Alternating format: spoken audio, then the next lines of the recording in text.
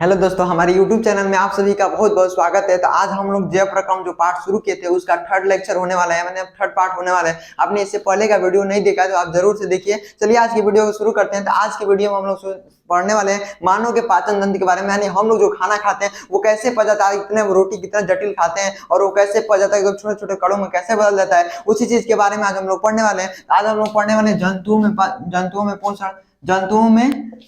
में पोषण। इस हेडिंग के अंतर्गत हम लोग पोषण पोषण इसके अंदर हम पढ़ने वाले हैं मनुष्य के पाचन तंत्र। मनुष्य के पाचन तंत्र सबसे पहले पढ़ेंगे मनुष्य के आहार नाल, फिर मनुष्य के पाचन तंत्र, इन सब में क्या अंतर है, क्या चीज होते हैं, तो सबके बारे में पढ़ेंगे। देखिए आहार नाल क्या होता है, सबसे पहले ये बताते हैं कि आहार नाल क्या होता है। देखिए आहार नाल एक ऐसी नली होती है ना। आहार नाल देखिए, आहार यानी भोजन और नाल यानी नली, तो माने एक ऐसा नली, माने एक ऐसा पाइप, धुंधर सा पाइप जिसके अंदर से आहार जाता हो, माने खाना जाता हो, उसी नली को क्या बोलते हैं, आहार नाल बोलते हैं। जिसमें देखिए एक ऐसा नली, कोई ऐसा नली है, कोई ऐसा पाइप है जिसके अंदर से खाना जाएगा, जिससे होकर खाना गुजरेगा, उसी नली को हम लोग क्या बोलते हैं, आहार नाल बोलते हैं। ये हमारे देखिए मुंह से शुरू होकर और गुदा द्वार तक होता है। इस नली से खाना होते हुए जाता है और खाना क्या होता है, पच जाता है, तो उसी नली को क्या बोलते हैं, आहार नाल। और ये आहार नाल के साथ जब कुछ पाचन ग्रंथियां, कौन निकलते, पाचन ग्रंथियां मिल जाती है, यानी इसके साथ कुछ एंजाइम, कुछ हार्मोन, नाम सुनेंगे, माने कुछ इसके साथ कुछ और भी द्रव निकलेगा, इन सब दोनों को मिला देता है, ये दोनों मिलके आहार नाल और पाचन ग्रंथियां मिलके दोनों क्या करती हैं, ये दोनों एक तंत्र का निर्माण करती है जिसको बोलते हैं पाचन तंत्र। क्या बोलते हैं, पाचन तंत्र। तो पाचन तंत्र किससे मिलकर बना है, पूछा जाएगा पाचन तंत्र किससे बना होता है, किससे बना होता है, पाचन ग्रंथियां, और किससे बना होगा, आहार नाल से। आहार नाल एक ऐसी नली होती है जिससे होकर खाना गुजरेगा, और एक पाचन ग्रंथि एक ऐसी ग्रंथि होती है जिससे कुछ एंजाइम वगैरह निकलेंगे। इसमें तो हार्मोन नहीं आता बट एंजाइम आता है, तो एंजाइम निकलेंगे। बहुत सारे एंजाइमों के बारे में हम लोग पढ़ेंगे, जैसे लार में बहुत तरह के एंजाइम होती है, उसी तरह से हम लोग जब पढ़ेंगे आमाशय में बहुत तरह के एंजाइम निकलती है, आंत में बहुत तरह के एंजाइम निकलती है। उस एंजाइम मिलकर अपने भोजन को पचाने वाली एक मशीन बनाती है, जिस मशीन को हम लोग बोलते हैं पाचन तंत्र। देखिए एक ऐसा तंत्र, एक ऐसा सिस्टम जिसके द्वारा भोजन का पाचन होता है। अब भोजन का पाचन क्या होता है वो भी पढ़ेंगे, मैंने याद रखिएगा, वैसा कोई सिस्टम, वैसा कोई तंत्र जिसके द्वारा भोजन का पाचन होता है, भोजन पचता है, उसी तंत्र को क्या बोलते हैं, पाचन तंत्र या डाइजेस्टिव सिस्टम, उसी को बोलते हैं। अब देखिए इसके द्वारा क्या होता है, भोजन का पाचन होता है।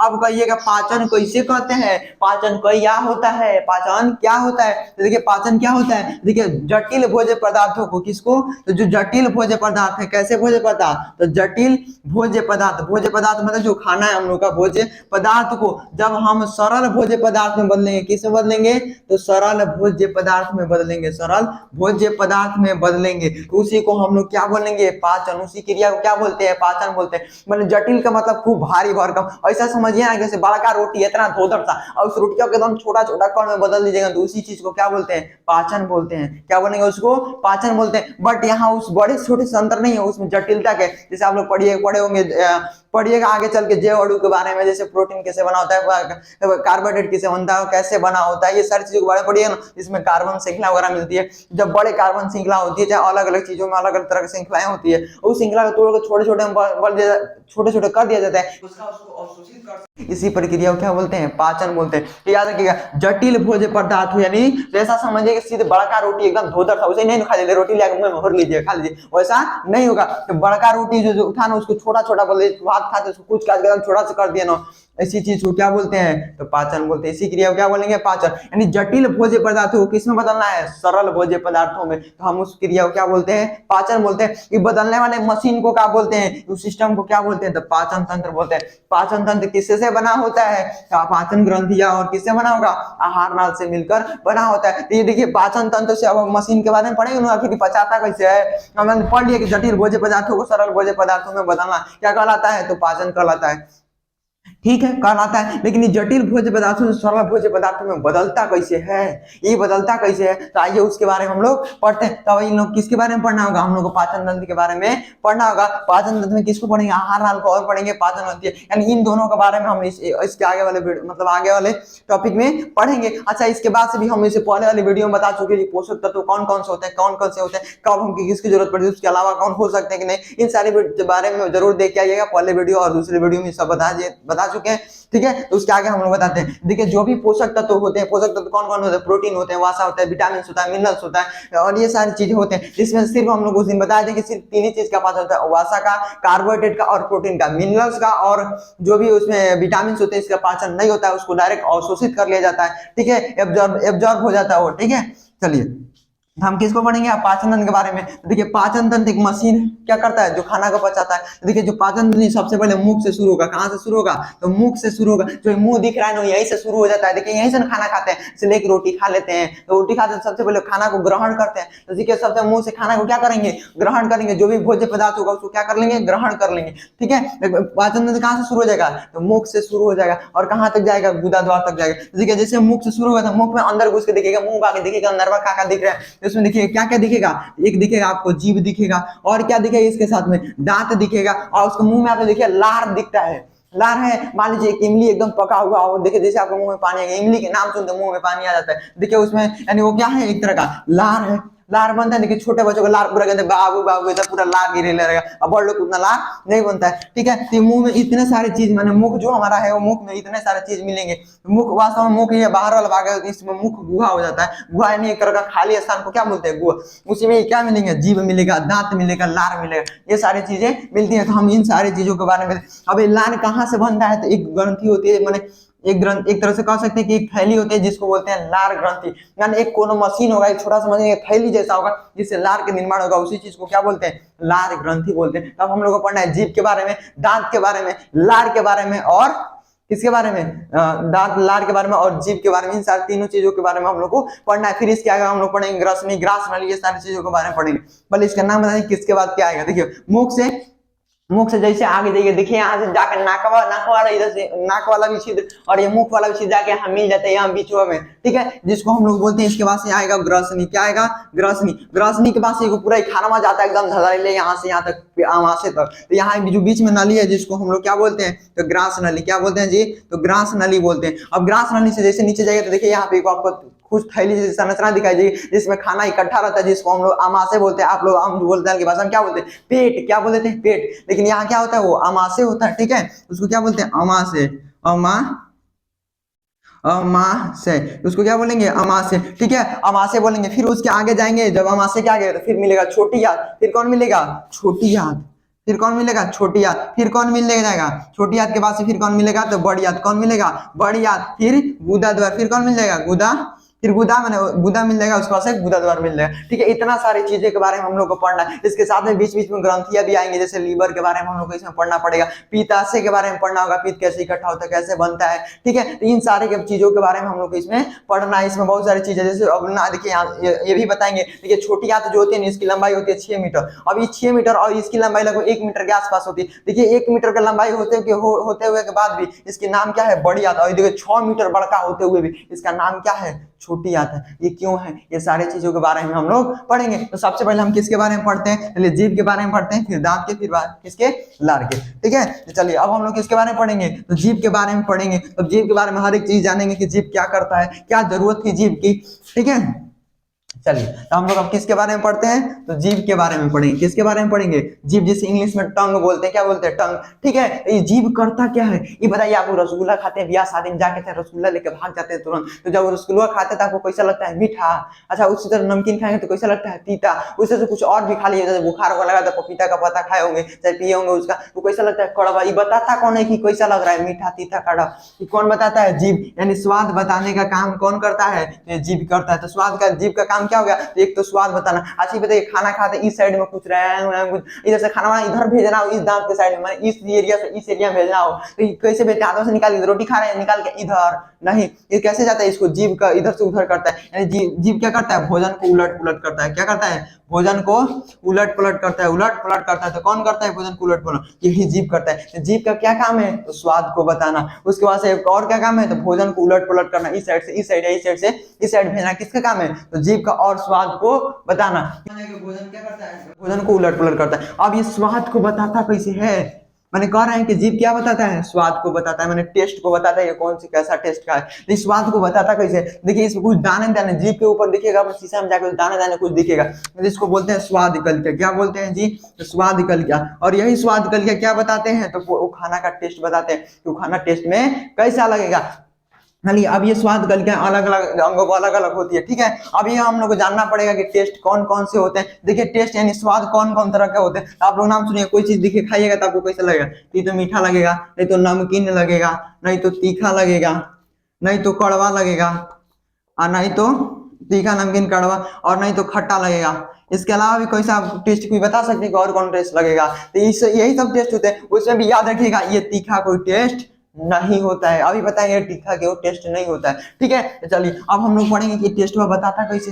देखिए मान लीजिए कि यह किसी का जीभ है, ये क्या है, जीभ है, मान लीजिए ऐसी जीभ निकल के जीभ दिखा रहे हैं, ठीक है, तो ये आपका क्या है, जीभ है। अब देखिए ये जीभ का जो अगला भाग है, इस पे जो स्वाद कलिका मिलेगी, मैंने जीभ के अगला भाग में जो स्वाद कलिकाएं मिलेंगे, ये स्वाद कलिकाएं बताती है मीठा को। किसको बताएगी, मीठा को। किसको बताती है, मीठा को।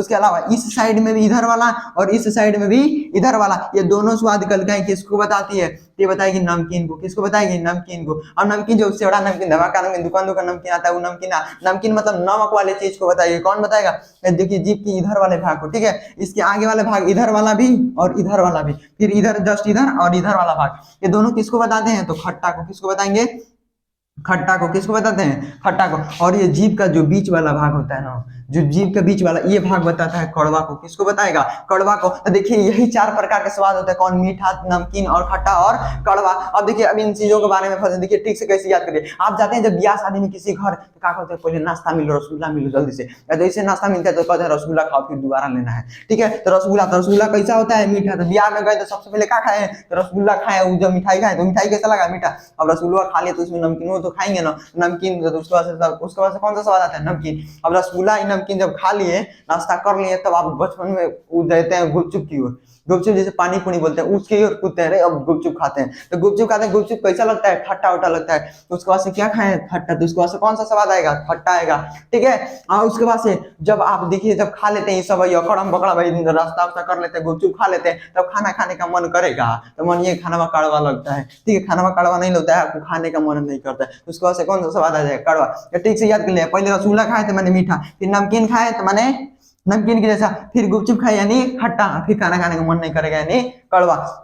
ये 4 स्वाद। आपको ये तीखा कहाँ गया, तीखा कहाँ स्वाद होता है। देखिए तीखा क्या होता है, एक तरह का हमको अनुभव होता है। देखिए वो तीखा चीज मरचा लेके अपने हाथ चमड़ा पर रगड़िए, देखिए हमारे लगेगा। वही देखिए कोई खाना किसी चीज को ना, किसी को कोई चीज, कोई खाना बना होगा ना, कोई मतलब भोजन बना होगा, वो कोई चीज उसी को किसी को तीखा लगेगा बहुत ज्यादा, किसी को कोई तीखा नहीं लगेगा, क्योंकि ये कोई टेस्ट नहीं है, बस ऐसे ही अनुभव किया जाता है। इसीलिए तीखा कोई टेस्ट नहीं होता है। आपने आज से पढ़े होंगे तीखा कोई टेस्ट होता है, लेकिन आज से जान लीजिए तीखा कोई टेस्ट नहीं होता है। ओनली यही 4 प्रकार के टेस्ट होते हैं। तो देखिए इसी के द्वारा वो क्या बताते हैं, जीभ हमारे टेस्ट को बताते हैं। जीभ कहते हैं पढ़ लेंगे, जीभ क्या करता है, स्वाद को बताता है और भोजन को उलटने पलटने का काम करता है। अब इसके बाद हम लोग कौन क्या पढ़ना है जी, तो दांत के बारे में। किसके बारे में पढ़ना है, दांत के बारे में। चलिए दांत के बारे में ही पढ़ते हैं, ठीक है।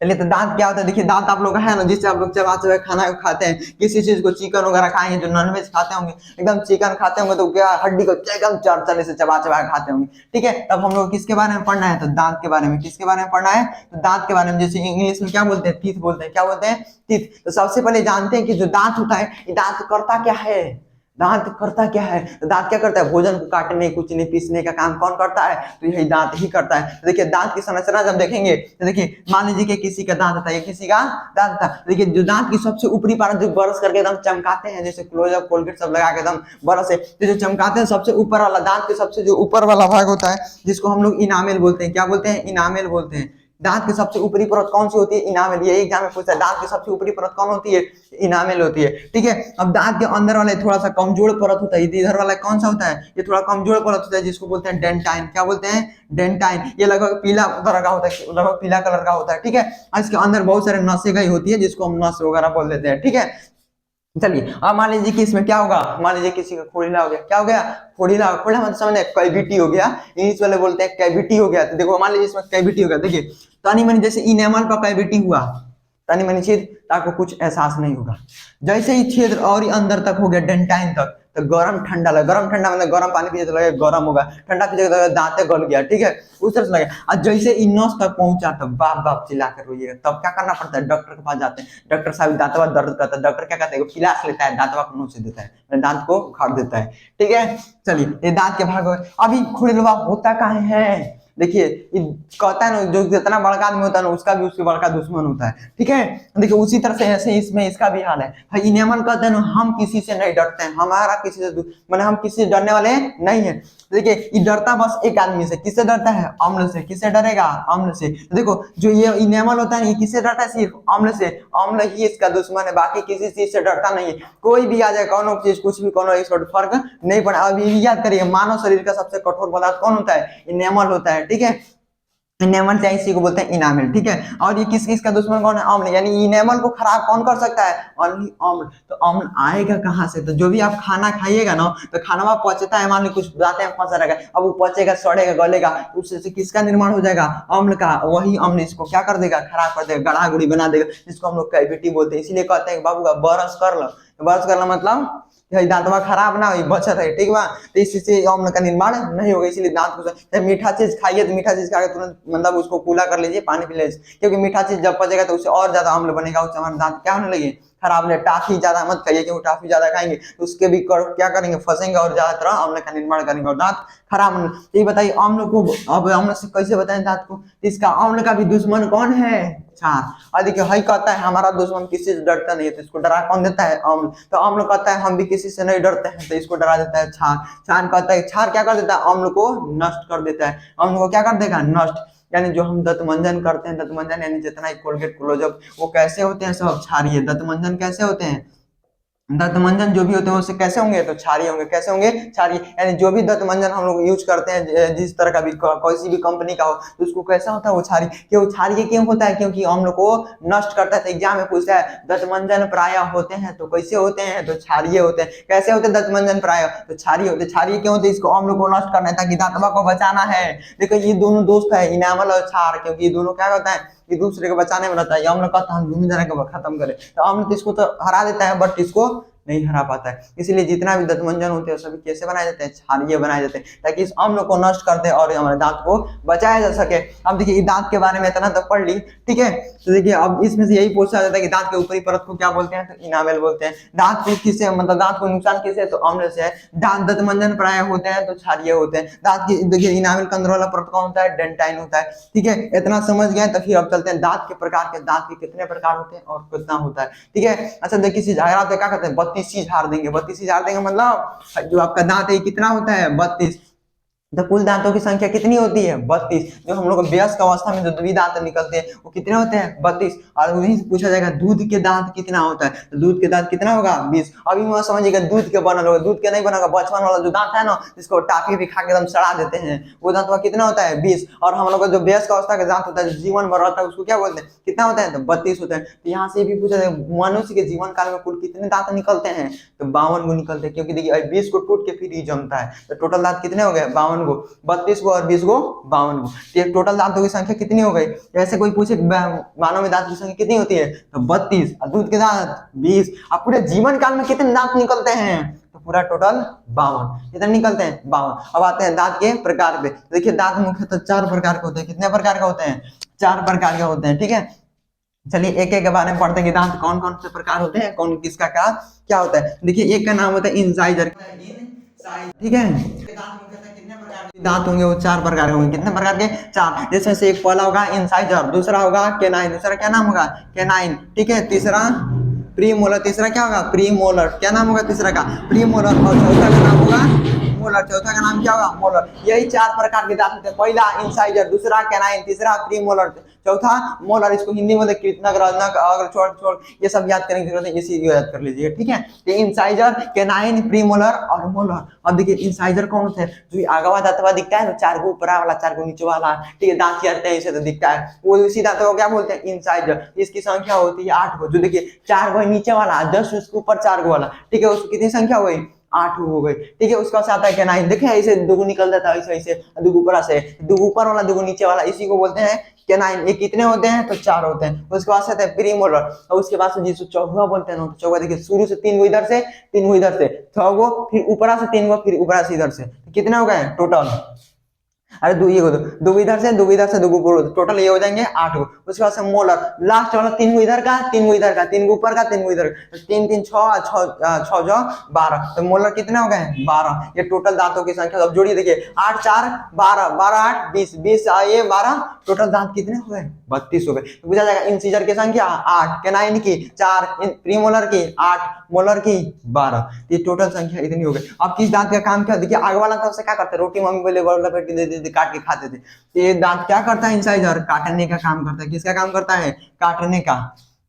काटने का काम कौन करता है? इंसाइजर। उसके बाद में बताइए, ऊख खाते तो ऊख माने ईख जिसे बोलते हैं, ईख को कैसे फाड़ते हैं? जैसे फाड़ने का काम कौन करता है? जो ये दूर निकला इधर से ऊपर से, तो फाड़ने का काम करता है, तो उसका नाम क्या होता है? कैनाइन। ये दांत क्या करता है? भोजन को फाड़ने का काम करता है। किस क्या करता है? भोजन को फाड़ने का काम कौन करता है? तो इंसाइजर। आता है फिर प्रीमोलर और मोलर। हाई दोनों दांतों क्या करता है? भोजन को पीसने या चबाने से क्या करते हैं? खूब फैले तो क्या करते हैं? चबाते हैं इसी से ऐसे पूरा, ठीक है। तो चबाने या पीसने का, इसको कह सकते हैं चबाने या पीसने का काम कौन करता है? भोजन को पीस। अब किसको पीसना? आदमी को चीरना फाड़ना नहीं, भोजन को करता है। भोजन को ही काटता है, भोजन को फाड़ता है, भोजन को चबाता है या पीसता है। कौन? ये प्रीमोलर और मोलर। ये दांत के 4 प्रकार हो गए। चलिए अब इस वीडियो में इतना ही। इसके अगले वीडियो में हम लोग मिलते हैं। अगले वीडियो में जीभ से हम लोग पढ़ेंगे, जीभ के बारे में पढ़ेंगे, ग्रासनी, ठीक है। इन सब आमाशय के बारे में पढ़ेंगे। और वीडियो आपको पसंद आए तो वीडियो को लाइक और चैनल को सब्सक्राइब करना ना भूलें। मिलते हैं किसी अगले वीडियो में।